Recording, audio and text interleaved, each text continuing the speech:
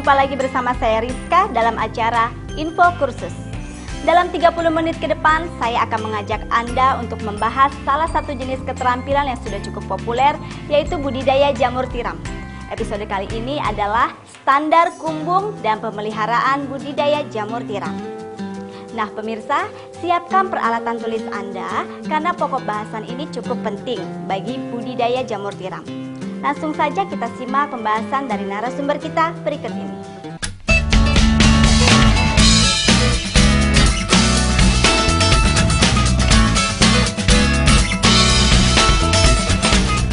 Pemirsa, sebelum kita mulai usaha budidaya jamur tiram, ada beberapa faktor yang perlu dipertimbangkan secara matang. Faktor-faktor ini akan menentukan keberhasilan dalam usaha budidaya jamur, khususnya mengenai pembuatan kumbung dan pemeliharaannya. A. Persyaratan budidaya jamur tiram. Kumbung untuk budidaya jamur tiram yang ideal harus memenuhi persyaratan tumbuh jamur seperti habitatnya. 1. Lingkungan sekitar budidaya terdapat banyak pohon. Pohon-pohon di sekitar kumbung akan menyebabkan suhu dan kelembapan lebih terjaga. Suhu yang ideal dalam pertumbuhan miselium dan tubuh buah jamur antara 23 sampai 28 derajat. Sedangkan tingkat kelembabannya yang dibutuhkan adalah 80 sampai 90%. 3. Tersedia sumber air yang baik. Air yang baik tentu dengan kadar pH yang normal, yaitu antara 5 sampai 7. 4. Akses jalan harus dipertimbangkan karena dipakai untuk keluar masuk kendaraan dan untuk pemasaran jamur tiram. 5. Luas lahan yang dimiliki juga perlu dipertimbangkan untuk skala usaha budidaya jamur. Lahan tersebut akan dipergunakan untuk membangun gudang, ruang sterilisasi, inkubasi, inokulasi, dan ruang produksi budidaya. Pembuatan kumbung jamur tiram. Kumbung sebagai tempat membudidaya jamur tiram. Usahakan bahan-bahan pembuatan kumbung seperti dinding, atap, dan lantai terbuat dari bahan yang dapat menahan panas seperti anyaman bambu untuk dinding dan alang-alang atau rumbia untuk atap, semen untuk lantainya. Untuk mengatur sirkulasi udara di dalam kumbung, buat jendela di kanan atau kiri yang dapat dibuka dan ditutup dengan ukuran yang disesuaikan. Pasang kasa nyamuk untuk menghalau serangga, lalat, dan nyamuk. Lantai kumbung dibuat lebih tinggi dari sekitar untuk menghindari kemungkinan banjir. Ukuran kumbung disesuaikan dengan kebutuhan, yaitu banyak baglok tanam yang akan dimasukkan.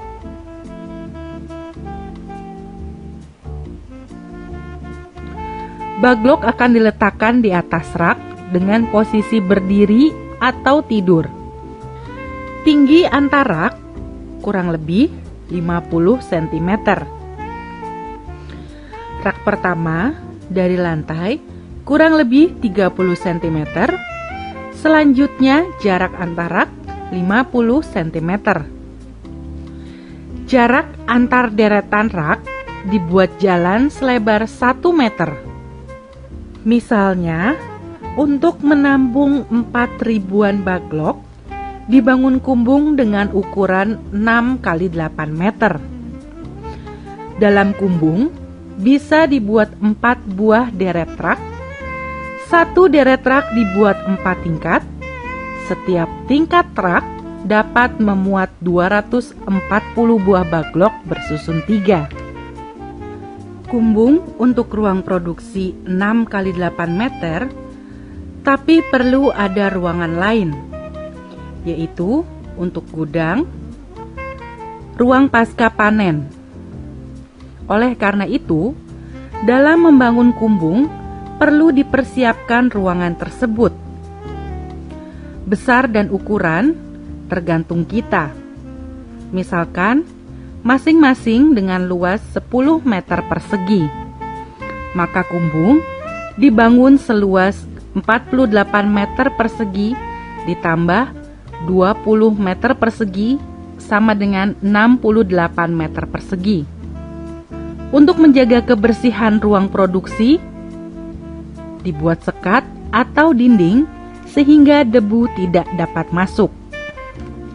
Setelah kumbung dibangun, perlu disemprot dengan disinfektan atau formalin 2% ke seluruh ruang produksi.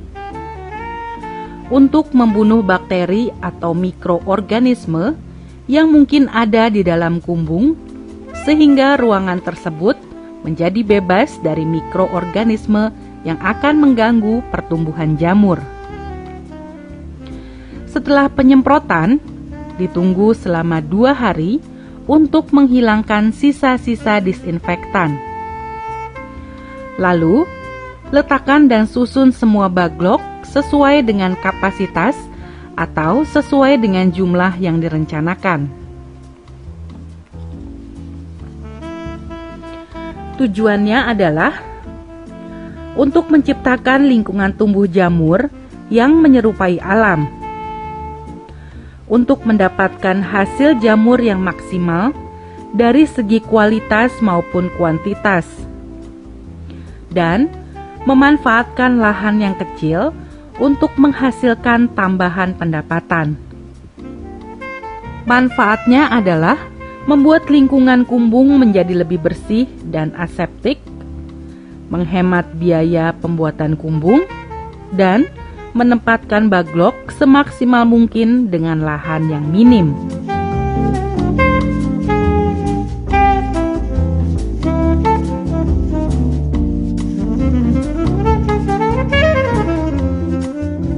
Nah pemirsa, cukup dipahami ya penjelasan mengenai pembuatan standar kumbung dan pemeliharaan budidaya jamur tiram. Setelah yang satu ini, narasumber masih ada penjelasan yang lainnya. Untuk itu, tetap di Info Kursus.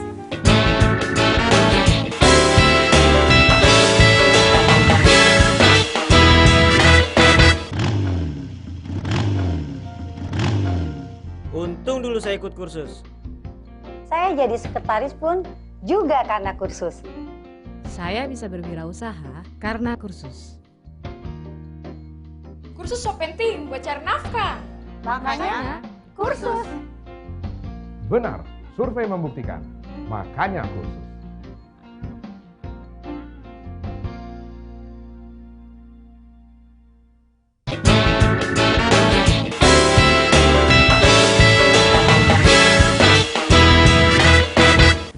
Masih di Info Kursus pemirsa, dan masih bersama saya Rizka dan narasumber kita yang akan membahas proses pembuatan standar kumbung dan pemeliharaan budidaya jamur tiram.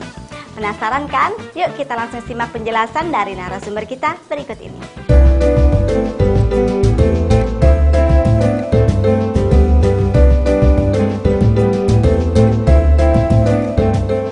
Pemirsa, pemeliharaan adalah proses penumbuhan miselium jamur menjadi jamur.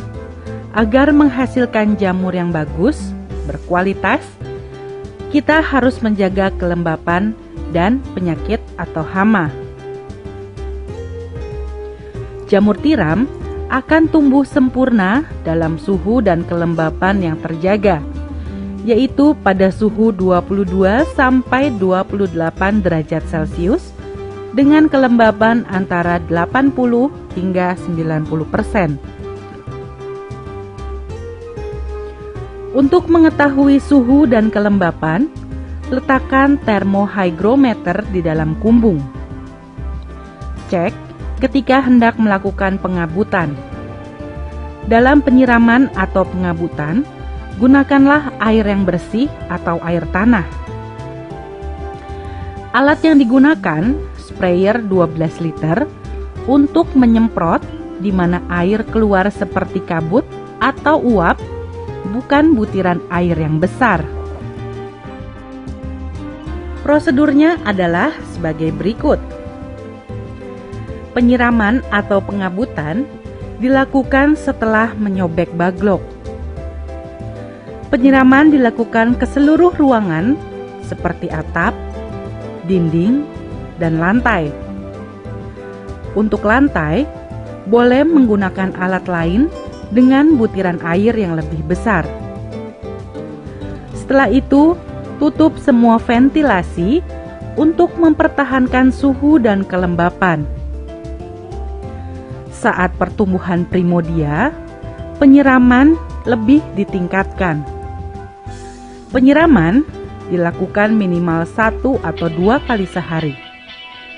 Bila cuaca panas, penyiraman dilakukan sampai 4 kali. Tetapi bila hujan, cukup 1 atau 2 kali saja. Waktu penyiraman perlu melihat termohygrometer. Bila suhu naik dan kelembapan turun, lakukanlah penyiraman. Ketika jamur sudah tumbuh, usahakan jangan menyiram jamur sebab dapat merusak pertumbuhannya. Cukup siram dinding dan lantainya saja. Pengendalian hama dan penyakit. Kegiatan ini untuk mengkondisikan media tumbuh dan tumbuh buah bebas dari organisme pengganggu dengan tujuan menghindari kegagalan panen yang disebabkan oleh hama dan penyakit. Hama adalah binatang yang merugikan dan mengganggu pertumbuhan jamur. Biasanya tidak kelihatan. Ia bersembunyi di baglok. Sedangkan hama, seperti lalat dan nyamuk, dapat bertelur di atas jamur yang akan menggerogoti jamur. Tungau, serangga kecil bertubuh lunak dan berwarna coklat. Tungau menyerang jamur pada fase tumbuh buah. Jamur yang diserang akan tampak kropos dan rusak, dan cara penanggulangannya dengan membuat jebakan di kertas atau karton yang diberi warna cerah, lalu diberi lem. Tungai yang hinggap tidak bisa lepas lagi. Rayap. Rayap senang dengan media tumbuh jamur karena mengandung selulosa. Pencegahannya dengan menyemen lantai atau diberi alas plastik.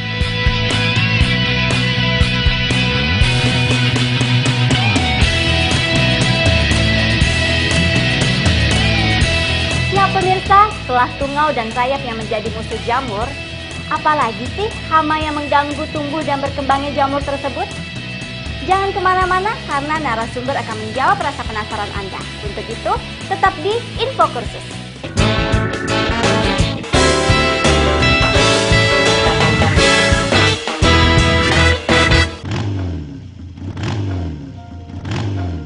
Untung dulu saya ikut kursus. Saya jadi sekretaris pun juga karena kursus. Saya bisa berwirausaha karena kursus. Kursus so penting buat cari nafkah. Makanya kursus. Benar, survei membuktikan. Makanya kursus.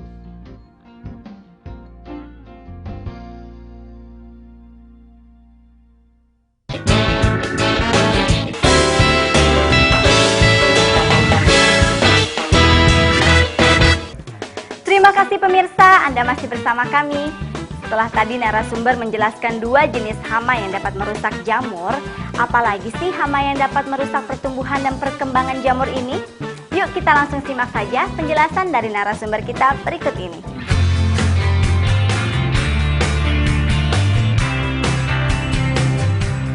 Pemirsa, selain dari tungau dan rayap, masih ada lagi penyerang jamur-jamur seperti siput yang menyerang media tanam dan memakan jamur. Siput dapat dicegah dengan menabur abu kayu di sekitar baglok. Lalat. Lalat mengganggu pertumbuhan jamur. Lalat dewasa dapat bertelur di baglok. Ketika menetas, larva akan merusak miselium jamur atau jamur dewasa. Pencegahannya, pasang kasa pada ventilasi. Dan bila ada lubang di dinding, segera tutup untuk mencegah masuknya lalat. Bila masuk ke kumbung, pintu ditutup kembali. Tikus. Tikus suka merusak baglok dan jamur sebab tikus senang dengan baunya. Tikus dapat dicegah dengan memberi umpan yang diberi racun atau memasang perangkap. Bila terlihat ada lubang, segeralah ditutup. Laba-laba. Hama ini merusak miselium dan tubuh buah. Laba-laba bersarang di antara baglok atau dinding, atap, dan lain-lain. Di dalam kumbung, pencegahannya dengan menabur kapur di lantai kumbung dan bersihkan segera bila ada sarangnya. Nematoda atau cacing kecil. Ukurannya sangat kecil, kira-kira beberapa milimeter, tapi berkembang dengan sangat cepat. Cacing ini menyerang jamur dengan memakan miseliumnya. Pencegahan hama ini pada saat sterilisasi baglok secara sempurna supaya telur-telurnya mati. Penyakit. Penyakit pada jamur adalah gangguan pertumbuhan jamur yang disebabkan oleh bakteri, virus, atau jamur jenis lain. Hal ini terjadi karena proses sterilisasi media tanam tidak sempurna. Jenis-jenisnya Aspergillus sp. Penyakit ini menyerang baglok ditandai dengan warna hijau lumut. Bacterium Carotophorum ditandai dengan bintik-bintik kuning pada tudung jamur dan akan berubah menjadi coklat lalu menghitam. Jamur gulma, segera cabut karena akan menghambat pertumbuhan jamur. Trichoderma sp. Bakteri ini menyerang baglok sebab proses sterilisasi kurang baik atau peralatan yang kurang steril.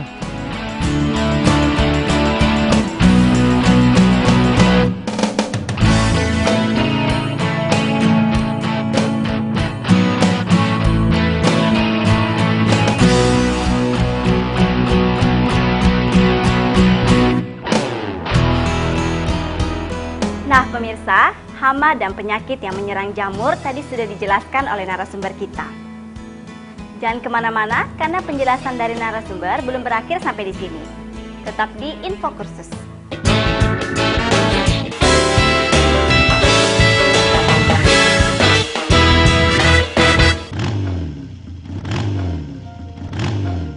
Untung dulu saya ikut kursus. Saya jadi sekretaris pun juga karena kursus. Saya bisa berwirausaha karena kursus. Kursus so penting buat cari nafkah. Makanya kursus. Benar, survei membuktikan. Makanya kursus.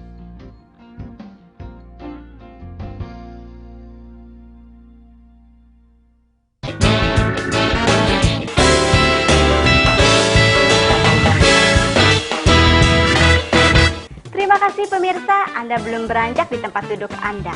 Selanjutnya, narasumber akan memberikan tips-tips dalam pembuatan standar kumbung dan pemeliharaan budidaya jamur tiram. Yuk kita simak penjelasan dari narasumber kita berikut ini.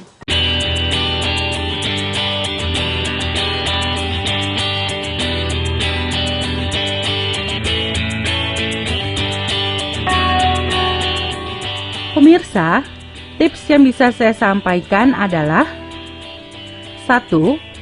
Sebelum menggunakan kumbung, lakukanlah penyemprotan ke seluruh ruangan dengan menggunakan formalin 2%. Lalu, tutup semua ventilasi agar tidak ada bakteri yang masuk melalui udara. 2. Pekerja yang keluar masuk kumbung harus dengan pakaian yang bersih. 3. Kebersihan kumbung harus tetap terjaga. 4. Lakukanlah sterilisasi terhadap peralatan yang akan digunakan. 5. Taburi lantai dengan kapur untuk mencegah hama dari dalam tanah.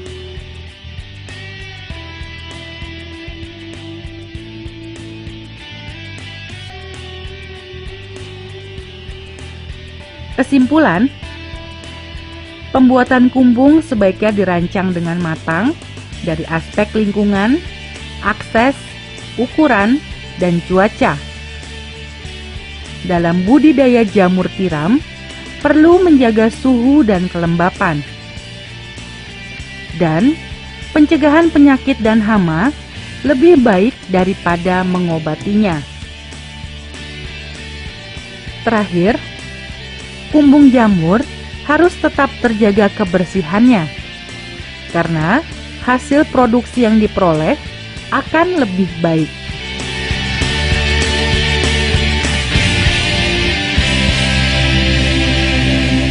Demikian pemirsa pembahasan dari kami mengenai budidaya jamur tiram dalam episode standar kumbung dan pemeliharaan jamur tiram.